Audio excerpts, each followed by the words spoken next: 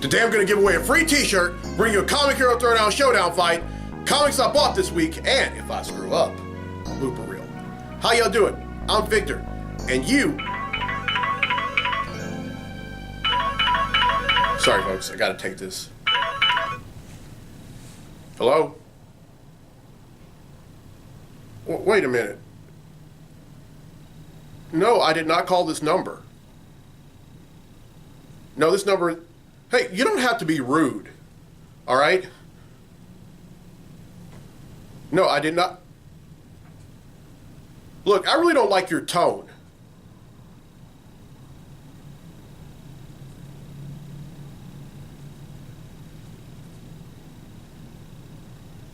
You know what, that's very disrespectful, and I don't appreciate that. Seriously, I did not... Alright, well... The nerve of people! I can't...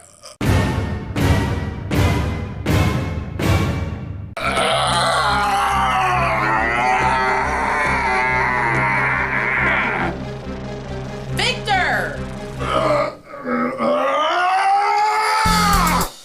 I don't want to answer any puny phone calls! I want to host a Comic Hero show!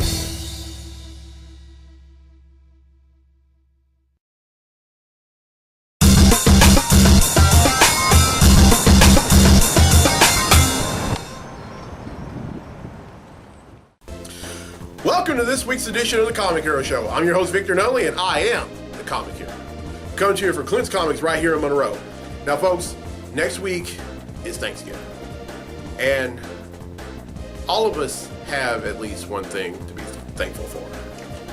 I mean, I know I have one thing to be thankful for. Most importantly, I have several things. Like, for example, I'm very thankful to be among the living. I'm very thankful for the many opportunities that I get every day. I'm thankful for bringing y'all the Comic Hero Show every week. I mean, I've been doing this for 3 years, and I want to keep doing it until I'm physically unable to. But you know what? I'm just gonna pump the brakes for a minute because, after all, Thanksgiving isn't until next Thursday. All right, it's time to give away a free T-shirt.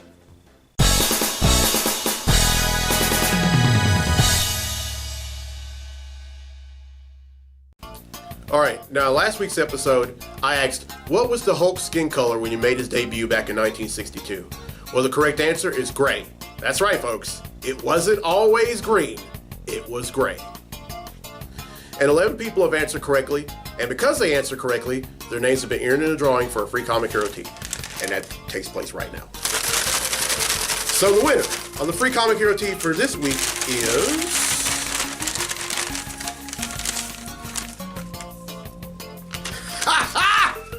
Now, the person whose name I just drew gave me the best advice hours before I did the 100th episode of the show. I ran into him at the Walmart in West Monroe, and he had said, you keep doing your show and don't give a damn what anyone thinks. Mike Hart from Monroe, Louisiana. So congratulations, Mike. You win yourself a free Comic Hero tee. All right, here's the question for next week's episode, and this one is very easy. It's a Superman-related question. What U.S. state is Smallville located in? Everyone who answers correctly will be entering a drawing for a free Comic Hero tee in next week's episode of the show.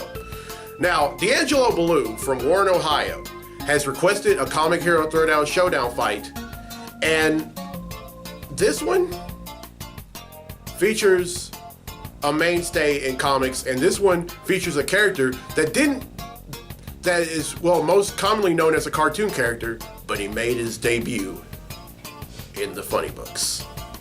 Representing King Feature Syndicate, we have Popeye. And representing Marvel, we have the totally awesome Hulk. These two are gonna duke it out in a segment I like to call the Comic Hero Throwdown Showdown. Welcome to the Comic Hero Throwdown Showdown. Today, it's Popeye versus the totally awesome Hulk. Popeye possesses indestructibility and super speed by simply eating a can of spinach. The totally awesome Hulk possesses superhuman strength, durability, endurance, and longevity. Who will win? Popeye realizes that he's not just fighting Bluto or some other bully, so he eats the can of spinach immediately. Hulk asks, "What good is eating spinach going to do, you puny sailor?" Popeye replies, "You come over here and find out, you green turd!" Hulk, being deeply offended by Popeye's words, charges towards the sailors. He then punches him in the face, but breaks every bone in his hand doing so. Popeye then ends up punching him 200 feet backwards. Hulk tries to counter, but Popeye uses a combination of his speed and strength and beats the Hulk within an inch of his life. Popeye walks off singing, "You say that I'm puny, but uses buffoony. I'm Popeye the Sailor Man. Toot toot." Popeye wins. And it concludes this fight on the Comic Hero Throwdown Showdown. All right, well, I hope you enjoyed the Comic Hero Throwdown Showdown fight, and if you have a fight request for future episodes, contact info is down there. All right, then. Let's get to the comics I bought this week. Comic books I bought this week. All right, first up is Nightwing number 6. This is the penultimate chapter of Night of the Monster Men. By the way, penultimate means next to last.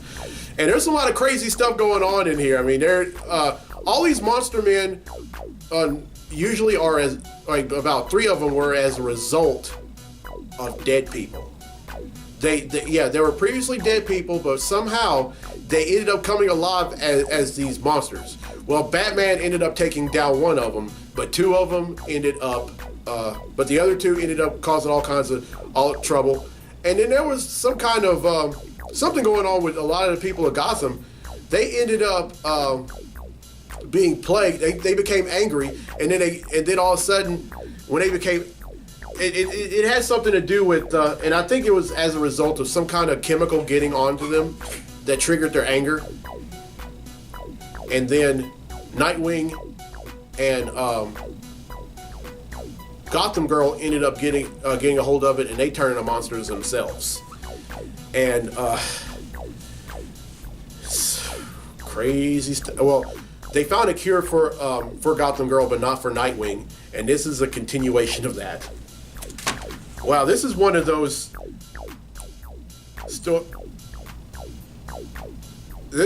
story arcs that either had me speechless or saying, "Oh."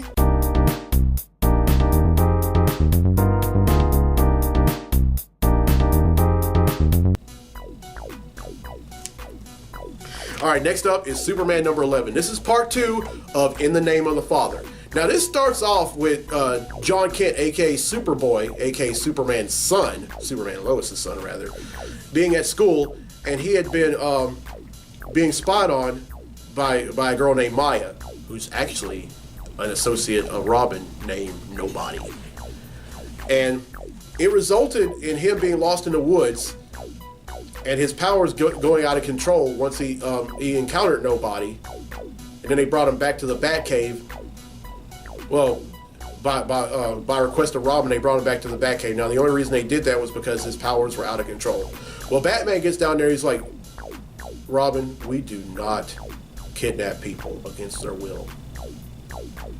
And then it was also revealed that the only way Robin ended up knowing where Superboy was because he hacked into the Justice League computers. And then Superman finds out about it later on, and he is not happy, and he blames Batman. Well, then Superboy's powers ends up revealing that he actually has freeze breath, but it's a kind of a different kind of freeze breath. And then Superman and Batman say, "Hey, let's just bury this in a hatchet. Robin, you're grounded." And then Batman's like, "Robin, you're grounded, by the way." But then later on, a fight breaks out between Superboy and Robin. Now keep in mind, Robin has had superpowers that have been suppressed ever since he was brought back from the dead via the Lazarus Pit. They get to fighting, and the next thing you know, their dear old dads come in and break it up. And that's how number 10 ended, and this is the conclusion of that. All right, next up is Green Lanterns number 11. This is part 3 of the Phantom Lantern story arc. Now, in the last issue, Frank Leminski, who had been this guy who's been wanting to be a Green Lantern since Hal Jordan became a Green Lantern, has always wanted to be a Green Lantern. But then Volthoom, aka the First Lantern, who had thought to have been defeated by Necron during the First Lantern story arc, ends up tipping him off to where the Phantom Lantern was created. Now, keep in mind, the Phantom Lantern was created by a Guardian named Rami.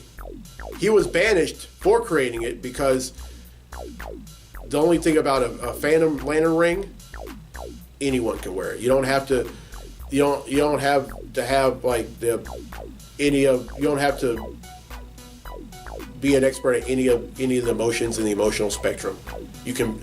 Well, he puts it. Well, what he did was he stages a distraction. He kicks a woman out of her house and burns it and sets it on fire. Then Simon and Jessica end up going over. Of course, by the way, they're the Green Lanterns at work now. They end up going over, and they try to stop the fire, and then they end up saving the woman's daughter. This was the opening that Leminski needed in order to get the ring. He finds the ring, he puts it on. Well, he's about to put it on, rather, but just as he's about to, Rami, the Guardian, ends up saying, "Hey, I will blast your butt to Kingdom Come if you put that ring on." But then Volthoom stops him in his tracks and kills him. And so he puts on the ring, and he becomes a Phantom Lantern. Now, the one thing about the Phantom Lantern, though, is that they can take on any color in the emotional spectrum. They could be a Sinestro Corps member. They could be a Green Lantern Corps member. They could be a Red Lantern. They could be an Agent Orange. They can be a Blue Lantern. Well, Simon's brother tries to go after him, and he transforms into a Sinestro Corps member, and then instills the power of fear in him, and it stops him in his tracks. And this is a continuation of that. All right, next up are 2 issues of the same book, and that book is Invincible Iron Man, and I have Invincible Iron Man number 13 and Invincible Iron Man number 14. Now, I'm very behind on these books, so that's why I'm going ahead and buying them now, because these are the last 2 issues of the book. These are both Civil War II tie-ins. And what's been going on in these books is that now in Civil War II, it starts off with a new Inhuman named Ulysses, who has the power to see into the future, or see possible future events. Now at first, this everyone was all on board with this Inhuman until he sees a vision of Thanos killing people. Well, they go off to stop Thanos, but in doing so, War Machine was killed and She-Hulk was critically injured. And so Tony Stark was saying, we don't need to use him as a weapon. He needs to be incarcerated. But then Captain Marvel's like, no, we need to use him as a weapon. He could be very helpful. A lot of things happen. He ends up seeing a vision of the Hulk killing the entire Marvel universe after finding out that She-Hulk was critically injured. And so they go to Banner, not knowing that he doesn't.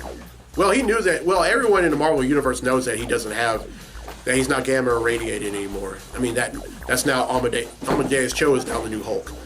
But they're not taking any chances because they believe if he goes through something as traumatic as this, the Hulk, then there might be a slight chance. So they bring the entire house. They bring all the S.H.I.E.L.D. And next thing you know, Hawkeye ends up killing the Hulk with shooting an arrow right through his head. Now you're probably think, why would Hawkeye do that? Well, actually, Banner wanted Hawkeye to do that. No. Oh, y'all probably wondering what happened. Claire ended up tripping. But that's all right. And this really follows Tony Stark, and whether he lives or he dies, all I know is that he's no longer going to be Iron Man. That's going to belong to a girl who's in this book, who made her debut a few issues ago, named Riri Williams, who was a student at MIT who ended up getting kicked out. Now, how you get now she ended up getting kicked out of MIT because the project she'd been working on had been using alien technology, which at MIT is a no-no. And these two are continuations of those. And speaking of Civil War II, I also have Civil War II number 5 and Civil War II number 6. Now, Ulysses, who is the Inhuman who has the power to see possible future events, Captain Marvel's really been kicking him into overdrive in terms of his powers. And I accidentally kind of said a little too much when I was revealing the Iron Man books, so I'm just going to go ahead and say these are continuations of those.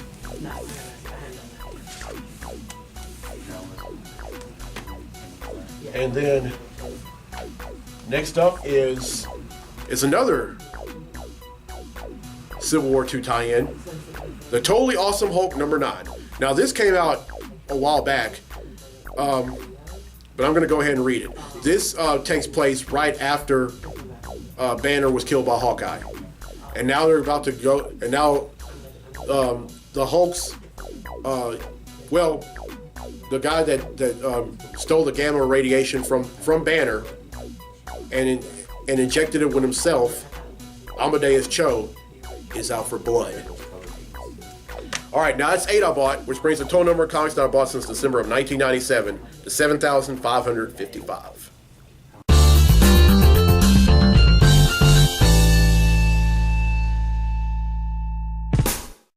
All right, well, I hope you enjoyed this week's episode. And here's the question of the week for a free tee for next week's episode of the show. What U.S. state is Smallville located in? Everyone who answers correctly will be entered in a drawing for a free tee in next week's episode. And congratulations to Mike Hart from right here in Monroe, Louisiana for winning a free tee. But if you don't mind buying a shirt from me, adults they're $10 and for children they're $5. All right, I have a few birthday acknowledgments.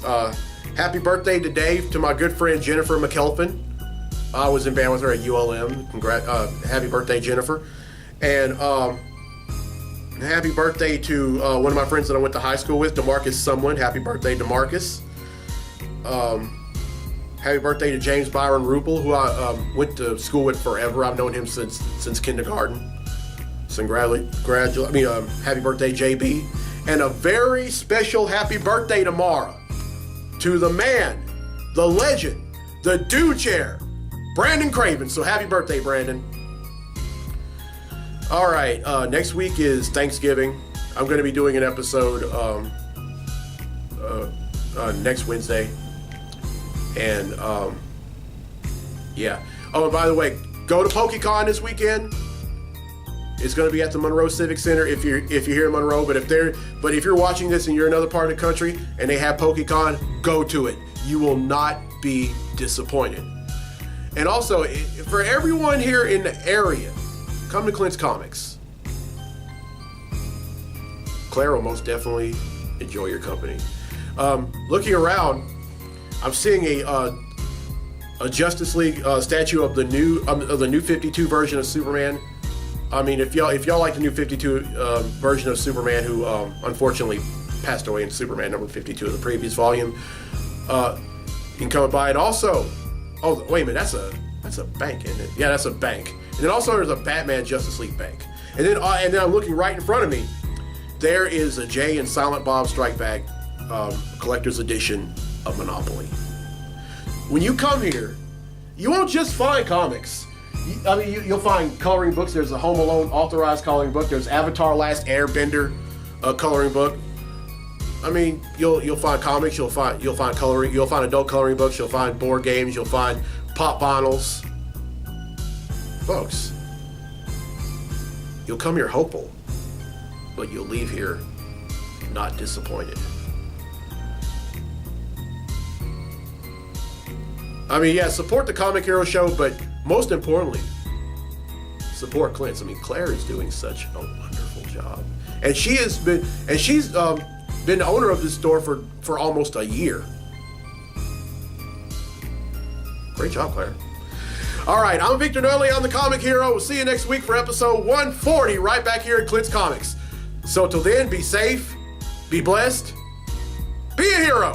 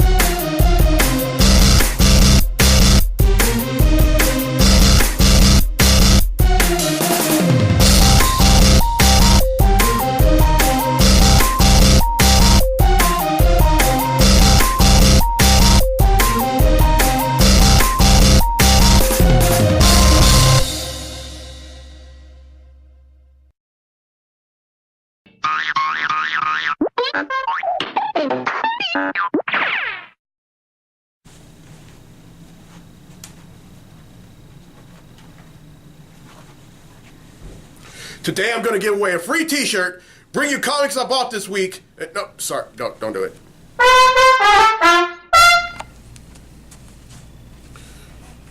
All right, well, I hope you enjoyed this week's episode. And here's a question for a week